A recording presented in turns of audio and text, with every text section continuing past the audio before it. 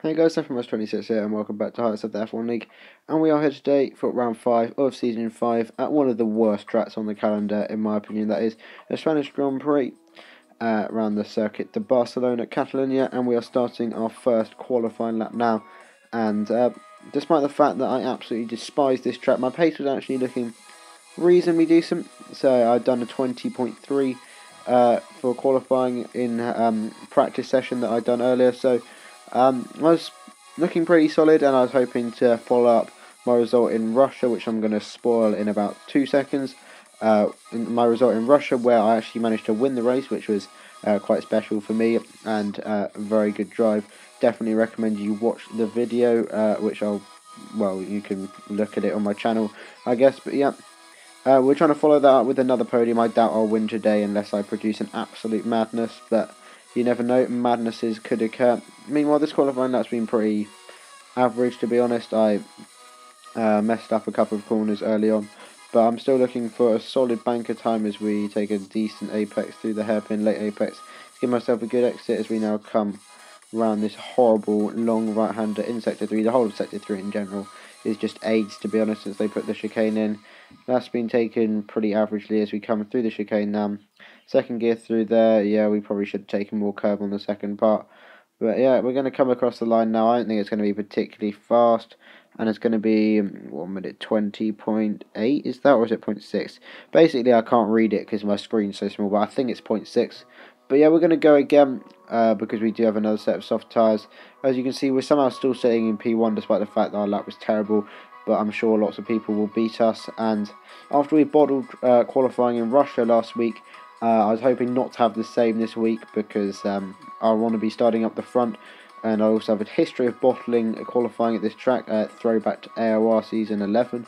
But we come through turn 1, we've taken that quite nicely. Probably could have taken a bit more cover through turn 2, but we're going to give ourselves a very good run through turn 3. Nice words.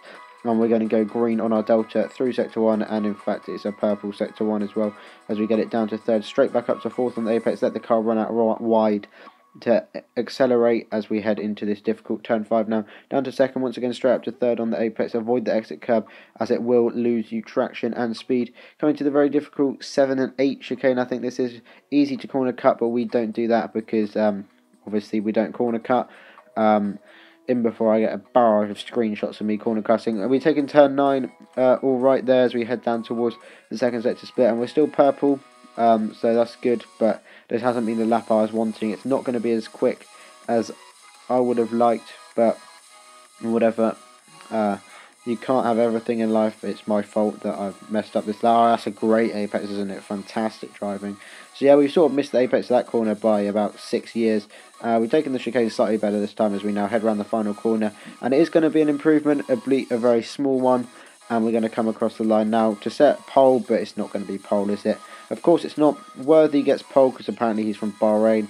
With a very good lap, I must say. James F1 etc. 2nd and Warden in 3rd. We're just missing out on a qualifying point. But yeah, it's extremely close between James down to Luke. It was like half a tenth covering all of those guys. Luke's in 5th, as I mentioned, and my teammate Sam down in 6th. But that's a decent result, and hopefully he can bring home some solid points for the team this week. But yeah, hopefully we should be getting on to the race. The grid looks quite close together, so that should make for an exciting race. As we can see, Jeff is telling us to do the shaking my head strategy, the soft, medium, hard. And no, I'm not. That's what I'm doing at the strategy, shaking my head. That is the wrong strategy. Apparently you can do soft, medium, medium, so we're going to go for that. Today I reckon, especially if it's a safety car, it'll be easy then if it's a safety car. I might even consider doing a one-stop if the safety car comes on at the right time, go straight on to hards. But I highly doubt that, to be honest, as we're now here for the formation lap. Once again in P4 as mentioned earlier, and we're pulling away nicely now. Hopefully no dramas on the formation lap this week, and we can just get our tyres up to temperature, but I don't really think it does anything, to be honest, but whatever. Hopefully we can get our tyres up to temperature and have a good start to the race, which is what I'm mainly thinking about at this point. I know we've got Luke behind me, who's obviously very quick, although he didn't do much practice this week, probably because he's playing Rocket League. I've got my teammate Sam behind me, who's also very quick, as well as all the 3 drivers in front of me. I think do have the edge, especially Worthy. He is very quick around here. I wonder why. Nice traction control. But yeah, coming through the last chicane now. The game has decided to take control of my car, and we're going to be heading off towards the grid, where we will pull up and await the 5 red lights on what will be one of the longest, I think it's the second longest after Mexico, run down to turn 1 on the calendar. And we are, I'm not expecting carnage, but after Russia, anything could happen really. We could have some disqualifications again. I hope we don't, because that sort of ruined that race. But yeah, we have the lights now, 3 lights. Now we have 4, and it's 5 lights, and it's lights out, and away we go for the Spanish Grand Prix. That was a long hold. We've got an alright start, a bit of wheel spin on the white line there, but overall it's not too bad, as we're going to haul the slipstream now from our fellow James F1, etc. Worthy, however, has decided to give Warden a slipstream. Can we outbrake him into turn 1? No, we can't. Warden hits Worthy, and again there through turn 2. So yeah, I doubt he has any damage, because we're only on full damage, not simulation. But we maintain station. My teammate Sam's had a good start and is now ahead of Luke as we head through turn 3. Warden's run very wide, sorry, and we're going to go up the inside into turn 4. A bit of lag from the Australian there, but we have got that move done, and we're up into P3 here on lap 1. Meanwhile, James has got past Worthy and is into the lead of this race. And as you can see in the background, there's a bit of gravel going up there, and that was in fact the Silent Mole, or Luke, who's been pushed off by Jordan Gibbs, and that is crucial for the championship, because we are in a semi-battle for the championship with Luke until we go on holiday and miss a race. I think it's Azerbaijan. But yeah, for the moment we're in a championship battle with Luke, and if we can gain points on him today, that'd be lovely. Anyways, coming to the end of that one, James F1, of course, that's the fastest lap, although we went purple in the last sector. But Worthy's having a look up the inside into turn 1. Can he get the move done? Yes, he can. Worthy retakes the lead, and this is what I need. I don't think I had the pace to keep with these guys on sole pace, but if they're battling, I reckon I can just about keep up with them. Meanwhile, Sam, my teammate, has also managed to get past Warden, so it's looking very good for the Haas boys at the moment as we head through turn 4 now. Worthy ahead of James as we head down towards turn 5, and we're just sticking in very close at the moment. To be honest, I'm waiting for a collision. I don't think I'm going to get involved with this unless there's a very easy opportunity. As we come to the end of lap 2, we decide that we want to absolutely drift McGee the last corner.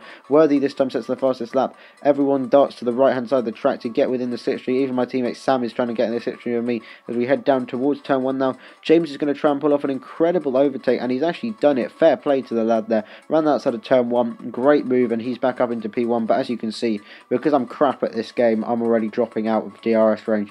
So this is not ideal, and as you can skip to the end of lap 3, despite the fact we've set exactly the same lap time as we did. No, we haven't. Spoilers for the end of the next lap.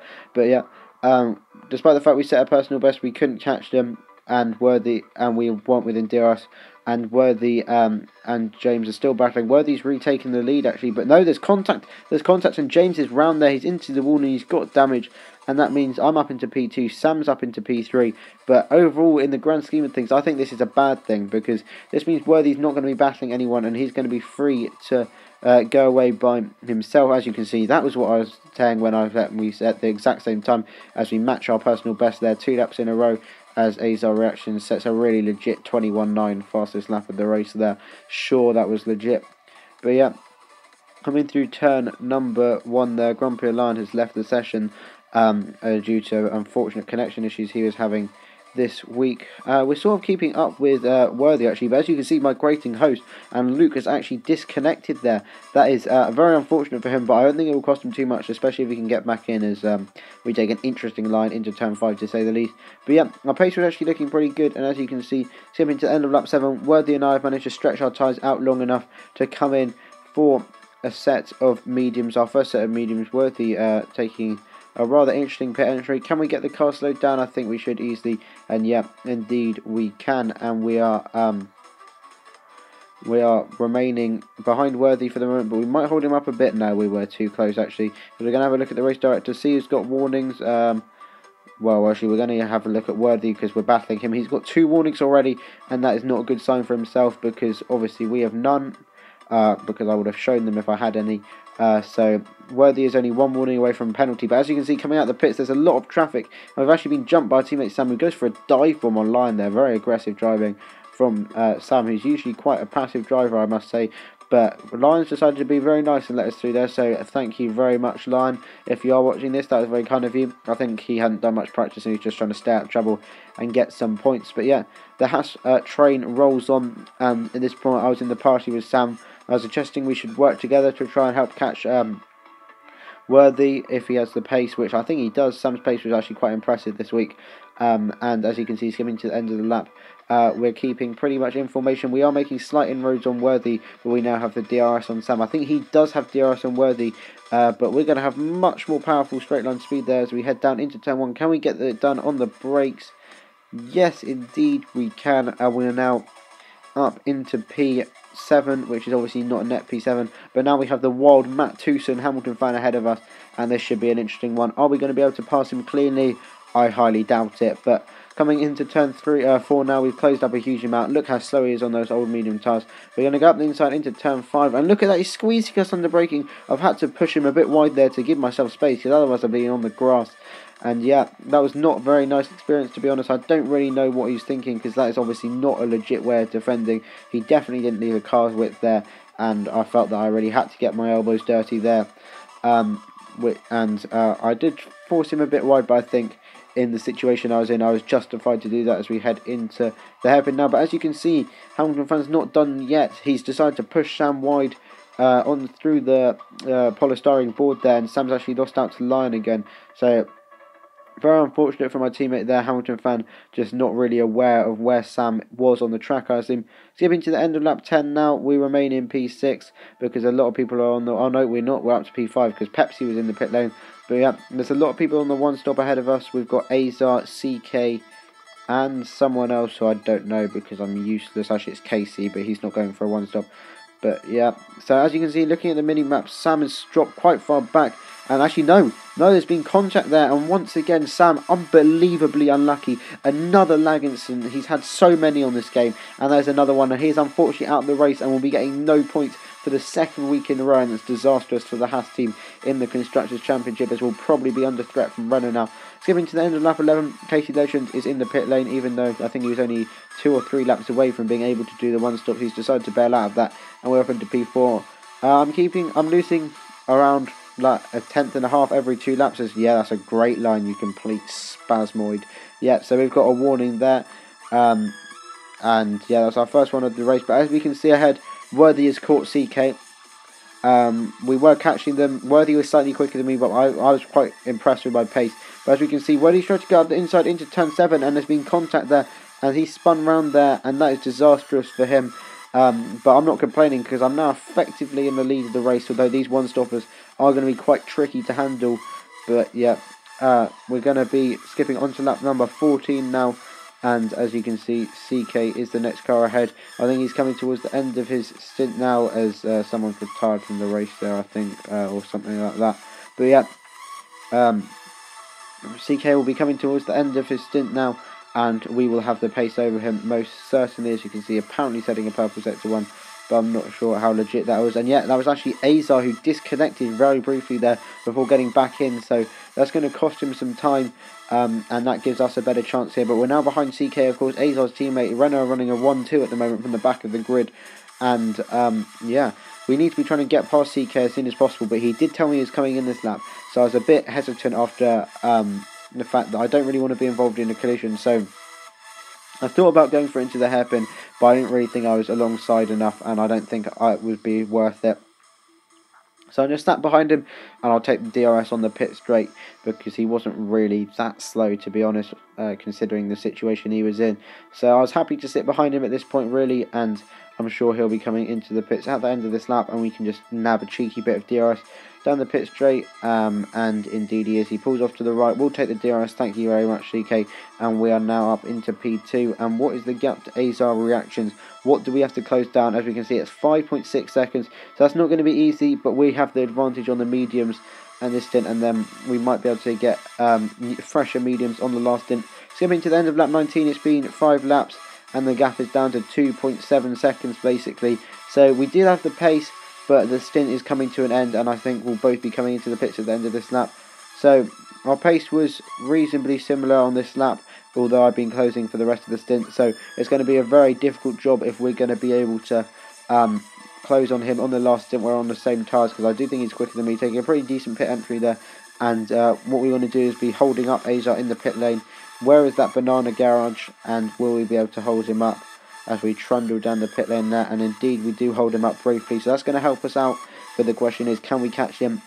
My pace down this track, as I said earlier, wasn't the best, but I reckon I had an outside shot of catching him here if we avoided traffic, which we have done. We've come out in nice clean air. Pepsi is still out in the lead, but he will be pitting again unless he wants to take the hards like 23 laps or something mental. So yeah, we're effectively net P1 and P2 at this point, and we need to be making sure, well, obviously I want to beat him, but I highly doubt that. As you can see, skipping on to lap number 21. Now there's a yellow flag for some reason, but it's not Azar. Worthy's decided just to park up in sector 3, so that's always good. But what's the gap to Azar now? Have we closed on him as we come through the chicane? They're not taking the greatest line. Have we closed on Azar? I suspect he's probably quicker than me. As I mentioned, I wasn't really expecting to win this race from this point. And as we can see, the gap is 2.8. So we haven't lost out too much, but it's not ideal. It's not a good omen for us actually closing in this instance. Skipping on to the next lap, Worthy still decided that he's given up on life, but he's moved slightly, so he hasn't been disqualified. But what's the gap to Azar this time around? We'll have to check when we cross the line. Pepsi remains out in the lead of the race, but I'm sure he'll be coming in very soon for a set of mediums or maybe softs. We set a personal best, and I can't read the gap because I'm an idiot. I think it's 3.1 there. But yeah, Azar showing that he does have the pace over us at this point as we skip to the end of the next lap. This is what this last stint's basically going to be, checking the gap, and it's 3.1 again. So looking pretty similar on pace, and that's what I was expecting. I wasn't expecting to be quicker than him. Skipping to end of 24, is Pepsi in the pits yet? No, he's not, and the gap is now 3.3. So Azar starting to assert his pace over us, and it's pretty much game over unless he dies or something. So yeah, I didn't particularly mind as we cut that corner and got a warning. I wasn't going into this race expecting to get second, so if I get second I'll be very happy with it, especially if we outscore Luke, which of course we're doing at the moment. Skipping to the end of lap 25, and I think Pepsi is finally in the pit lane for a set of mediums to take to the end of the race. Coming across the line, and we're not going to zoom in on the gap because we're an idiot, but we do have a wild Hamilton fan who's giving us some slipstream, so cheers for that. But then there's a bit of lag, which means I outbrake myself and run very deep into turn 1. So Hamilton fan just lagging a bit there, unfortunately. Which has caused us to run deep into turn 1, but I don't think it's cost us too much because he did give us a slipstream, which may benefit us. But skipping to the end of the next lap, lap 26, Pepsi has decided to bail out and is now in the pit lane, and that means we can't look at the gap because I didn't zoom in, but I think we are starting to close. I think we've got the gap back under 3 seconds, which means if he does have a penalty, we might have a chance here as we skip to the end of lap number 32. What is the gap? Is it under 3 seconds? Yes, it is. It's 2.4, so this is a good effort from myself. I've managed to close nearly a second in this last stint, so it shows the pace was there despite the fact that I absolutely detest this track, but it's not going to be a win today. Azar does not have a penalty, and he's going to be a very deserving winner. From the back of the grid on the one stop, shows that I was the fastest strategy today, and it may have been worth not qualifying, but I'm not complaining. P2 has done a fantastic job, fantastic result at this track, which I don't particularly like, and we beat Luke as well, so that's all obviously brilliant. So congrats to Pepsi, who finished 3rd and got driver of the day thing. Luke was in 4th, and then Ward in 5th, I think, and Casey in 6th. I don't know. The results are on screen now. You can pause and have a look at them. Nothing particularly interesting to show, apart from the fact that we gained 6 points on our championship rival Luke, meaning we're only 8 points into Monaco, behind going into Monaco. And after Monaco, I reckon my pace is better than him, and I hope to lead the Drivers' Championship after that. But yeah, you'll have to wait till another day to see that one. But that's been it for today, guys. I hope you have enjoyed this race. Not maybe the most exciting one, not many battles on track this time out, but still a good result nonetheless. But yeah, thanks for watching, guys. I hope you did enjoy. Goodbye.